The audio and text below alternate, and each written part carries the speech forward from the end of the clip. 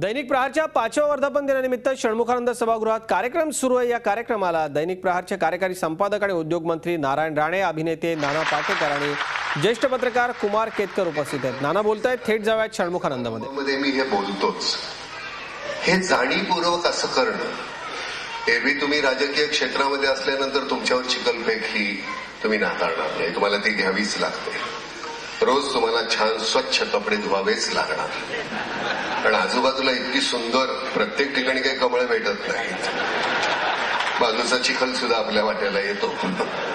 तर त्यामुळे तो भाग आहेच। प्रत्येक राजकारणामध्ये एकाने दुसऱ्यावर काही बोलले नाही असं कधी काही झालेलंच नाही। पण या सगळ्या याच्यातून जिथून आलेले सगळ्यात मोठी प्रॉपर्टी म्हणजे ही 2 पोरं बसलीत आमची। अजून काय लागतं? अजून काय मोठं व्हायचं?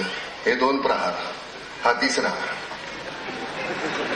त्यामुळे आमच्या राण्यांना कधी कुठले कोणी त्यांच्यावर भ्रष्टाचाराचे आरोप केले, काही पोरं आम्ही पळून आणलेले नाहीत, ही आमची आहे, त्यामुळे आम्ही भ्रष्टाचार केलेला नाही।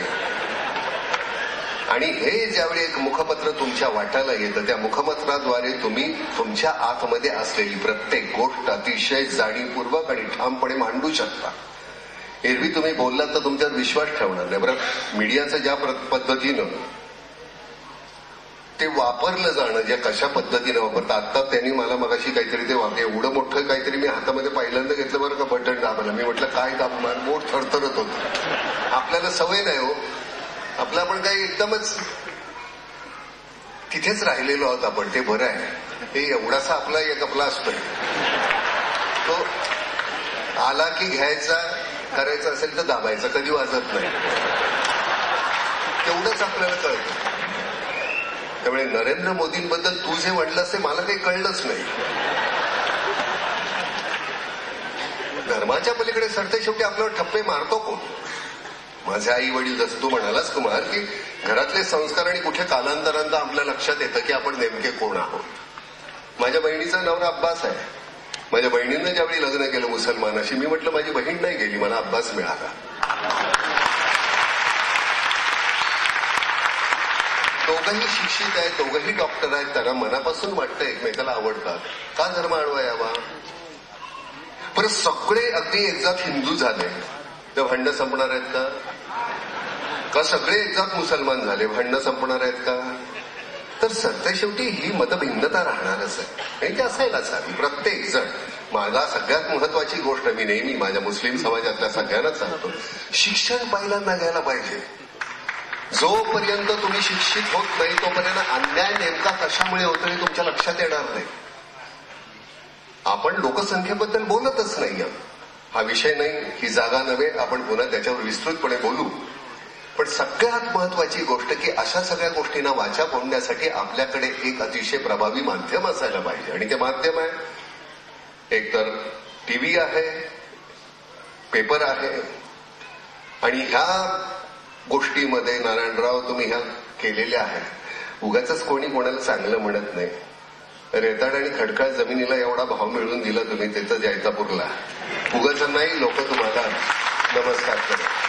त्यांनी नारायणराव कसे घाण आहेत आणि काय आहेत त्याच्याबद्दल सुद्धा अशा उतू, पण ह्या चर्चा होणारच। तुम्ही आमच्या विरोधात, आम्ही हिंदुत्ववादी, तुम्ही काँग्रेसवाले, आम्ही तुम्हाला करणार, आम्ही सोडवणार तुम्हाला, आणि तो आमचा जन्मसिद्ध हक्क आहे। आणि ही रणधुमाळी ही असणारच प्रत्येक ठिकाणी। पण कुमारला मी असं लालविल शर्ट पाहून पहिल्यांदा पाहिलं, मला माहिती नाही हा कधी तिकडं कधी जॉईन झाला।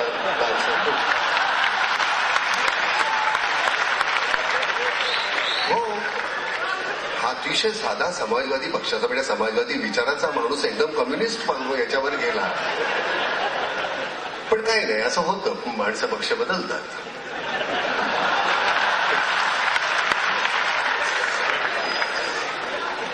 नाही, कुमारचं कपड्यापुरतच मर्यादित आहे बरं का। कुमारचं काय आहे की सारखं प्रत्येक कुठल्या ठिकाणी ना कुठल्या ठिकाणी चर्चेला त्याला बोलावलं जातं। तर मगाशी सांगत होता, मागचा पडदा कुठला आहे त्याच्यावर आमचा शर्ट ठरतो, त्यामुळे मी 2-4 शर्ट हँगरवर घेऊन जातो आणि सगळं शर्ट बदल की म्हणतो। हे मी कुमार माझे मन चालेल, तू सांगितलं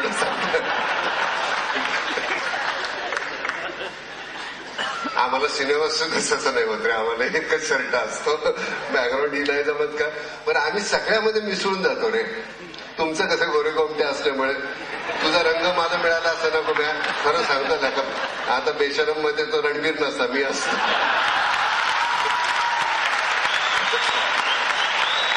आम्ही रंगात मार खाल्ला तिथं. बरं एजंटमेंटने असं काही वेगळं काढलेलं नाही की बाबा फासलं तर दिसतंय मला, नास्ती कत्रीनं आपल्याबरोबर, तसं पण नाही. आपली चमेली अशीच, आपली काळी चमेली. काय नाही, नारायण सगळ्यात महत्वाची गोष्ट या अशा ठिकाणी येणं. हे माझ्या घरामध्ये मी येतो, ही मुलं माझी आहे, तू माझा आहे, वहिनी माझी आहे, सगळीच नातवंड माझी आहेत. खरं तर हा घरचा समारंभ असतो. तुम्हाला कधीही बारका म्हणून वागवलं नाहीस, कायम हा मान दिलास, थोरल्याचा मान दिलास. थोडस एवढाच मी मोठा आहे बरं का, पण ज्या पद्धतीनं, ज्या आपुलकीनं. बरं नवीन आता घर बांधलंय, तिथं माझा सुद्धा एक वेगळा सेक्शन ठेवलेला आहे नारायणने. मी म्हटलं कुठला, तर मगाशी म्हणाल तू ये, तुला आवडेल तो, बाकीच्या ठिकाणी मी राहील. तर ह्या सगळ्या प्रेमापोटी तुझा कायमच उत्कर्ष होईल. पुन्हा मी एकदा नव्यानं सांगतो की माझी ही 2 मुलं आहेत, ही खूप काहीतरी, थोडंसं कधीतरी आमचा निशेष बोलून जातो काहीतरी, पण नितेश बोलतो त्याच्यामध्ये शब्द इकडचे तिकडे असतील, पण नितेश बोलतो त्याच्यामध्ये चूक काही फरक असतं असं मला वाटत नाही. नितेश छान बोलतो. नितेशला पूर्वी मी त्या दिवशी म्हणालो 2 वाक्य बोलायची म्हणजे निश्चित असं बोंबा व्हायच्या नितेशच्या. आता नितेश इतका छान कॉन्फिडेंटली बोलत असतो. 5 वर्ष झाली प्रहारला, त्यामुळे तेवढा कॉन्फिडन्स हे साहजिकच आहे. सुंदर, पुन्हा एकदा सगळ्यांना माझ्या शुभेच्छा. तुम्ही इथे आलात. खरं तर अशा समारंभाला इतकी माणसं असणं, म्हटलं षण्मुखानंदला गेलोय तर तिथे म्हटलं अर्ध जरी भरलेलं असेल तरी पण हे कठीणच आहे. खरं तर इथे आल्यानंतर विचित्र वाटतंय. म्हणजे कुस्तीच्या फडामध्ये येऊन कुस्ती लढायची नाही, तसं झालं. स्टेजवर आल्यानंतर काम करण्याची सवय आहे, त्यामुळे असं नुसतं एवढ्यात करायचं आणि निघून जायचं ते काही बरं वाटत नाही. बरं इतका वेळ भाषण करून सुद्धा 2 तिडक्या मिळतील अशातला भाग नाही. म्हणजे स्टेजवर आलं, काम करून गेल्यानंतर एक पाकिट मिळायचं हो पूर्वी. आता तसं नाही, त्यामुळे आवडता घेतो.